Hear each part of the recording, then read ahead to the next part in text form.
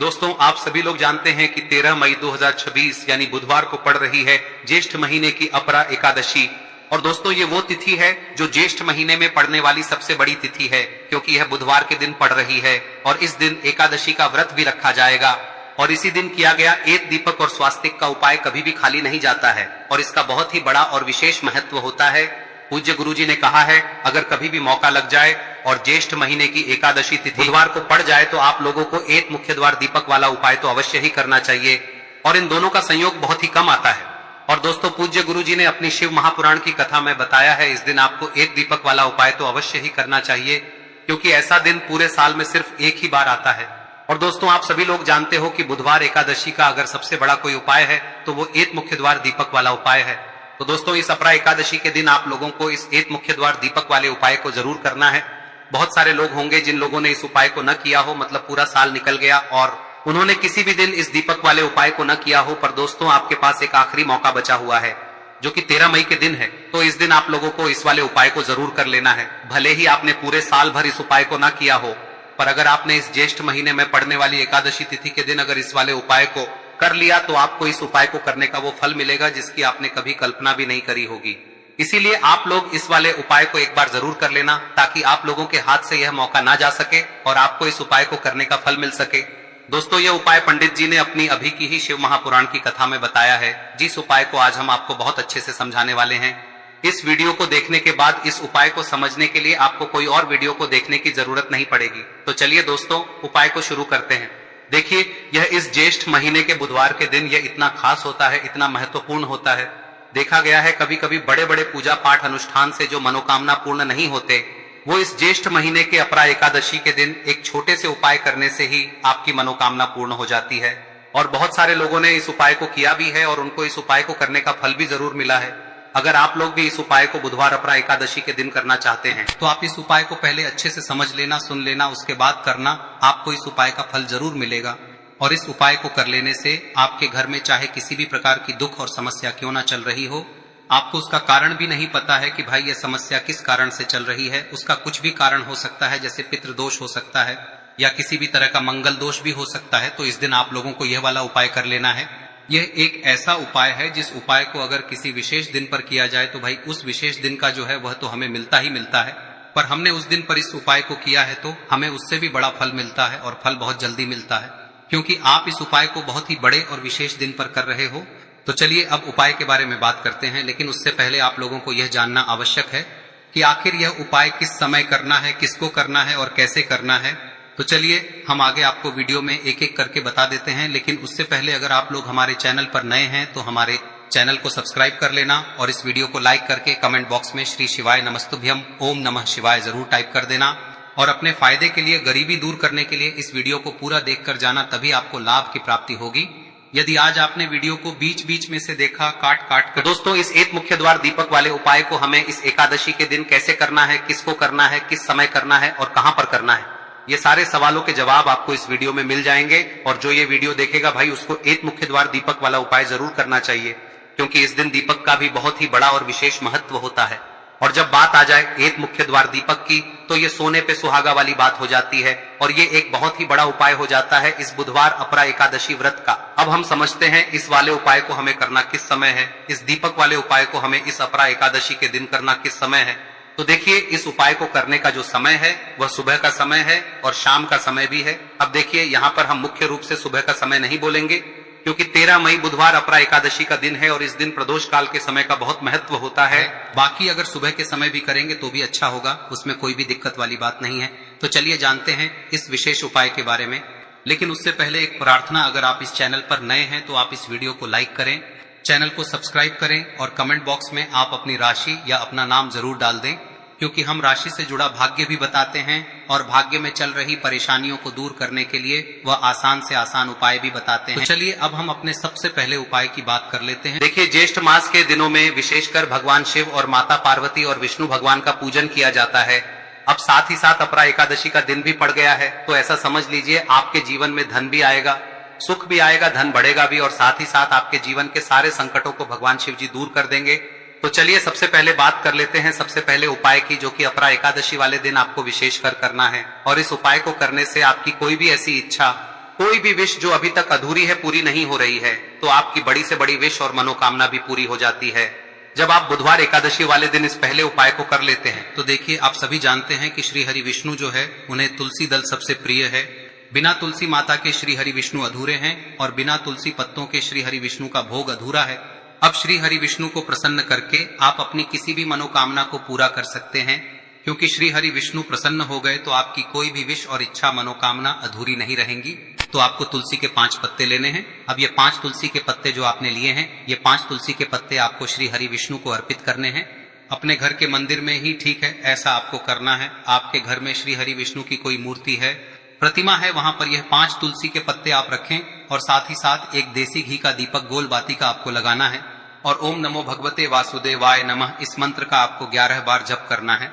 देखो मंत्र कौन सा है, ओम नमो भगवते वासुदेवाय नमः, और फिर श्री हरि विष्णु से अपनी विश, अपनी इच्छा, अपनी मनोकामना कह देना और फिर देखना आपकी विश और इच्छा, जो भी आपकी मनोकामना है, जो भी अपने जीवन में आपको चाहिए। अगर निर्धनता बहुत है, आप अपने घर से गरीबी को दूर करना चाहते हैं, या फिर धन आपका बढ़ता नहीं है, आप चाहते हैं कि आपका धन बढ़े, या फिर आपके घर में फिजूल खर्ची बहुत होती है, पैसा आपके पास नहीं रुकता है, आप चाहते हैं कि पैसा आपके पास रुके, या फिर घर में कोई व्यक्ति ऐसा है जो बहुत बीमार रहता है, या फिर किसी का विवाह नहीं हो पा रहा है, तो जो भी आपकी इच्छा है, जो भी आपके विश है, बस एक बार श्री हरि विष्णु से कह दे। दिन है, साथ ही 7 साल का सबसे बड़ा दिन है। यह दिन इतना उत्तम है कि जो आप श्री हरि विष्णु से मांग लेंगे, जो उनसे कह देंगे, वह आपकी विश, आपकी मनोकामना को बहुत जल्दी पूरा कर देंगे। तो यह पहला उपाय है। चलिए बात करते हैं दूसरे उपाय की। देखो, यदि आपके जीवन में आर्थिक संकट बहुत अधिक हो रहे हैं, धन की समस्या लगातार जीवन में बनी हुई है, एक एक रुपयों को प्राप्त करने के लिए आपको बहुत अधिक मेहनत कर रहे हैं, तो आज रात्रि में सोने से पहले आपको हो यह चमत्कारी दीपक का उपाय अवश्य करना है। या फिर यदि आपका जो व्यापार है, बिजनेस है, दुकान है, वह अच्छे से नहीं चल पा रही है, तो आज रात्रि में इस विशेष दीपक का उपाय आपको अवश्य करना चाहिए। देखो दोस्तों, दीपक हमारे घर में सभी नकारात्मक शक्ति को बाहर करता है। यह उपाय आपको साल में केवल 1 बार करने का ही मौका मिलता है। देखिए, इस उपाय के लिए आपको तुलसी जी की जो सूखी लकड़ी होती है उसे ले लेना है। देखिए दोस्तों, यदि आपके पास पुरानी तुलसी जी की लकड़ी है तो उसे आप ले सकते हैं, और यदि आपके घर में तुलसी जी जो लकड़ी है वह सूखी हुई है तो उसकी लकड़ी आप तोड़ के इस्तेमाल कर सकते हैं। लेकिन आपको ध्यान रखना है कि सूर्यास्त से पहले पहले ही आपको ये जो तुलसी जी की लकड़ी है इसे अवश्य ही तोड़ लेना है। तो इस उपाय के लिए आपको सबसे पहले तो एक मिट्टी का दीपक लेना होगा, चाहे तो आटे का दीपक भी ले सके, क्योंकि आटे का दीपक सभी दीपक में सर्वोत्तम माना गया है। इस दीपक के अंदर आपको शुद्ध घी का प्रयोग करना होगा, और इससे दीपक के अंदर आपने जो तुलसी जी की लकड़ी ली है उसे भी रख देना है। लेकिन ये जो तुलसी जी की लकड़ी है, इसमें आपको चारों तरफ अच्छे से घी लगा लेना है। देखिए, गुरुजी ने बताया है कि जो तुलसी जी की लकड़ी है, यदि आप उपाय करते हैं और बहुत ही शीघ्रता से जल जाती है, तो इसके लिए आपको एक कार्य करना है। आपको थोड़ी सी रुई ले लेनी है और उस रुई को आपने जो तुलसी जी की लकड़ी ली है उस पर अच्छे से चारों तरफ लपेट देनी है। तुलसी जी की लकड़ी के ऊपर रुई लपेटने के बाद इसे आपको पूरा घी के अंदर डुबो लेना है। अब इसे आपको बाती के रूप में प्रयोग करना है। अब दोस्तों, इस दीपक को आपको प्रज्वलित कहां करना है? तो इस दीपक को आपको या तो भगवान विष्णु के सामने प्रज्वलित करना होगा, या फिर आपको भगवान श्री राम के सामने प्रज्वलित करना होगा, या फिर भगवान कृष्ण के सामने, यानी कि भगवान विष्णु के जो भी अवतार हैं उनके सामने आप ये दीपक प्रज्वलित कर सकते हैं। या फिर आप इस दीपक को माता तुलसी जी के सामने भी प्रज्वलित कर सकते हैं। पूज्य गुरु जी ने बताया है कि जो भी व्यक्ति इस प्रकार से तुलसी जी की डंडी से या दीपदान कर देता है, उसके जीवन में कभी भी धन की समस्या नहीं होती है। इसीलिए आपको ये पूरे साल में केवल 1 बार ही मौका मिलता है। इस उपाय को करके देखना, आपकी सभी इच्छाएं जरूर पूर्ण होंगी। ये जो उपाय है रात्रि में सोने से पहले करना है। अब बताते हैं तुलसी के गमले में आपको वह कौन सी चीज डालनी है जिस उपाय को करने से आप अपने जीवन में महाधनी बन जाएंगे। इतना धन आपको मिलेगा कि कभी भी आपके धन में कमी नहीं आएगी, कभी भी आपका धन बर्बाद नहीं होगा। आपके पैसे की बर्बादी बिल्कुल आपके जीवन से रुक जाएगी। और जो लोग कहते हैं कि घर में पैसा तो आता है, पैसा रुकता नहीं है और पैसा बढ़ता नहीं है, वृद्धि नहीं हो रही है, उन्हें भी विशेष यह तीसरा दिन जरूर करना चाहिए। तो देखिए, पहले ही आपको बता दिया कि श्री हरि विष्णु की पूजा और उनका भोग श्री मतलब तुलसी मैया के बिना अधूरा है ना। और तुलसी मैया जो है वह श्री हरि विष्णु के बिना अधूरी है। तो देखिए, जब भी आप तुलसी का कोई उपाय करेंगे तो सीधे सीधे आप श्री हरि विष्णु को प्रसन्न कर लेते हैं। अब व्यक्ति को, यानी जो भी व्यक्ति है, किस व्यक्ति को कितना धन देना है, यह श्री हरि विष्णु के हाथ में होता है। धन देने का काम माँ लक्ष्मी करती है, जो कि माँ तुलसी का ही एक रूप है। माँ तुलसी जो है यह माता लक्ष्मी का ही स्वरूप है ना। तो आपको करना क्या है, आपको लेनी है यहाँ पर हल्दी पिसी हुई, जो कि श्री हरि विष्णु से जुड़ी हुई है, आपके गुरु गृह से जुड़ी हुई है, आपकी कुंडली में गुरु को मजबूत करती है, सुख सौभाग्य को खींचने का काम करती है, धन को बढ़ाने का काम करती है। तो एक चुटकी पिसी हुई हल्दी आपको लेनी है और यह पिसी हुई सूखी हल्दी ही आपको अपने गमले में, तुलसी का पौधा जिस गमले में लगा है उसमें अच्छे से इस हल्दी को डालना है, ठीक है ना। और ओम नमो भगवते वासुदेवाय नमः इस मंत्र का जाप करना है। कितनी बार? कम से कम 11 बार जाप करना है।